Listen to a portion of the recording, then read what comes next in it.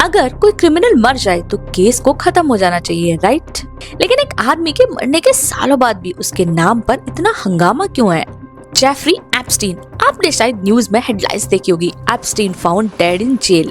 पर प्रॉब्लम ये है ना, जब हम सिर्फ हेडलाइंस पढ़ते हैं तो सब नॉर्मल लगता है, जैसे रोज कोई न्यूज आती है वैसे ही। बट जैसे ही आप रुक के थोड़ा सोचते हो सिर्फ 30 सेकंड्स के लिए, तो चीजें अजीब लगने लगती हैं। जेफरी एप्स्टीन कोई नॉर्मल कैदी नहीं था, वो एक हाई प्रोफाइल एक्यूज था। वो बंदा जिसके पास दुनिया के सबसे पावरफुल लोगों का नाम था, प्रेसिडेंट्स, रॉयल, बिलियनियर्स, सेलिब्रिटीज। ऐसा आदमी जब जेल में हो तो सिस्टम का सबसे बड़ा कंसर्न क्या होता है? ये बंदा जिंदा रहना चाहिए, क्योंकि जिंदा रहा तो बोलेगा, और यदि मर गया तो कहानी खत्म। अब सीन को इमेजिन कीजिए, एक high secured jail, special observation, suicide watch, और फिर एक ही रात में कैमरेस माल फंक्शंस हो जाते हैं। गार्ड्स अपनी रेगुलर चेकिंग मिस कर देते हैं। दोनों गार्ड्स बाद में एडमिट करते हैं कि हम सो गए थे। मैं यहाँ कोई कंक्लूजन नहीं दे रही, मैं सिर्फ एक सिंपल सवाल पूछ रही हूँ कि इतनी सारी चीजें फेल होना एक ही रात में आपको नॉर्मल लगता है? और ये पहली बार नहीं था, कुछ दिन पहले भी एप्स्टीन को जेल में इंसर्ट पाया गया, ऑफिशियली बोला गया सुसाइडल अटेम्प्ट। तो लॉजिकली सोचिए, अगर कोई कैदी पहले ही एक बार सुसाइड अटेम्प्ट कर चुका है तो मॉनिटरिंग को और टाइट होना चाहिए या लूज? पर यहाँ उल्टा हुआ। और उस रात एक चीज और अजीब हुई, एप्स्टीन को अपने सेलमेट से अलग कर दिया गया। हाई रिस्क कैदी को अकेले छोड़ना ये जेल के मैनुअल्स के अगेंस्ट होता है, पर ये फिर भी हुआ। क्यों? गलती, नेग्लिजेंस या फिर कुछ और? पोस्टमार्टम रिपोर्ट्स भी बिल्कुल क्लियर नहीं थी। एक मेडिकल एग्जामिनर ने बोला नेक इंजरीज अनयूजुअल है फॉर सुसाइड, तो दूसरा बोला पॉसिबल है। इन दोनों बातों की वजह से सिर्फ कंफ्यूजन रह गया, और जब कंफ्यूजन रह जाता है तो ट्रस्ट धीरे धीरे खत्म हो जाता है। अब एक और अनकंफर्टेबल सच, एप्स्टीन की मौत के बाद कौन सा बड़ा नाम ऑफिशियल कोर्ट में ट्रायल फेस करता है? विक्टिम्स रह गए, फाइल्स रह गयी, पर एक्यूज सिस्टम के अंदर ही डिसॉल्व हो गए। तो एक कॉमन आदमी के दिमाग में सवाल उठता है, अगर एप्स्टीन जिंदा होता तो क्या पिक्चर अलग होती? कुछ लोग बोलते कॉन्स्पिरेसी मत सोचो।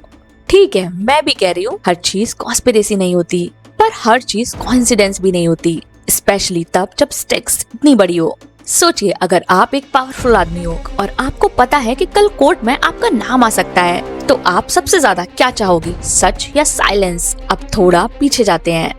जेफरी एप्स्टीन कोई सेलिब्रिटी नहीं था, ना एक्टर ना पॉलिटिशियन, फिर भी दुनिया के सबसे पावरफुल लोग उसके साथ कंफर्टेबल थे। Private jets, private island, private dinners. और दुनिया का एक सिंपल रूल होता है, पावरफुल लोग कैजुअल नहीं होते, वो सबके साथ उठते बैठते नहीं। पर एप्स्टीन उनके सर्कल में था। क्यों? जवाब सिर्फ पैसा नहीं है, क्योंकि एप्स्टीन से भी ज्यादा अमीर लोग थे, ज्यादा इन्फ्लुएंशियल लोग थे। पर एप्स्टीन यूजफुल था।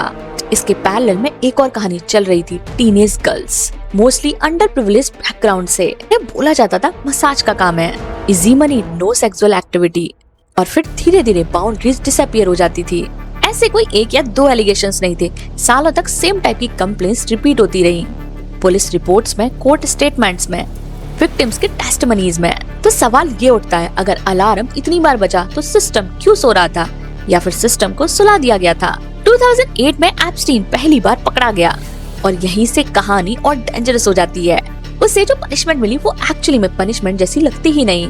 Special legal deals, limited charges, work release जैसे प्रिविलेजेस, विक्टिम्स तक को पूरी इंफॉर्मेशन प्रोवाइड नहीं की गई। बाद में यूएस के जजेस ने खुद कहा ये डील नॉर्मल नहीं थी। अब मैं आपसे पूछती हूँ, अगर नियम सबके लिए इक्वल होता है तो एप्स्टीन के लिए इतनी ज्यादा फ्लेक्सिबिलिटी क्यों? अब इसी पॉइंट पे एप्स्टीन सिर्फ क्रिमिनल नहीं रहता, बल्कि एक लायबिलिटी बन जाता है, क्योंकि उसके पास सिर्फ गंदे काम नहीं थे, बल्कि उसके पास नाम थे, लॉग्स, कॉन्टेक्ट्स, मीटिंग्स।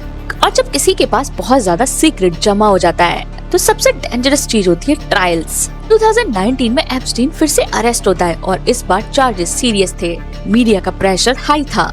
दुनिया सोचती है अब सच बाहर आएगा, फिर से सच बोलने से पहले ही बोलने वाला खत्म हो जाता है। ना फुल टेस्टिमनी, ना complete naming, and no closure, बस एक लाश और 1000 सवाल। अब यहीं पर एक अनकंफर्टेबल थॉट आता है, क्या एप्स्टीन सच में सिस्टम का सबसे गंदा आदमी था, या सिस्टम का सबसे बड़ा कॉन्वीनियंट शील्ड?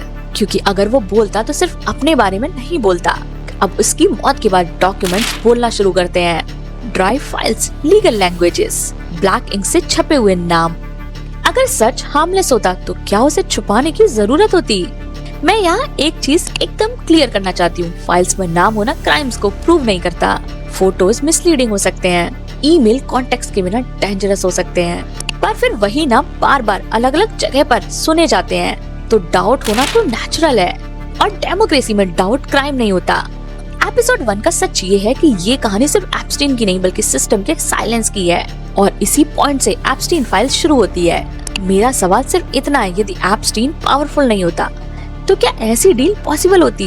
अगले एपिसोड में हम बात करेंगे उस डील की जिसने सालों तक एप्स्टीन को अनटचेबल बनाए रखा। वीडियो पसंद आए तो वीडियो को लाइक कीजिए, इस वीडियो को ज्यादा से ज्यादा शेयर कीजिए, और एप्स्टीन फाइल के सारे एपिसोड्स को देखने के लिए जल्दी से आके चैनल को सब्सक्राइब कीजिए। India decode with doctor Minali. Bye bye guys, मिलते हैं नेक्स्ट वीडियो में।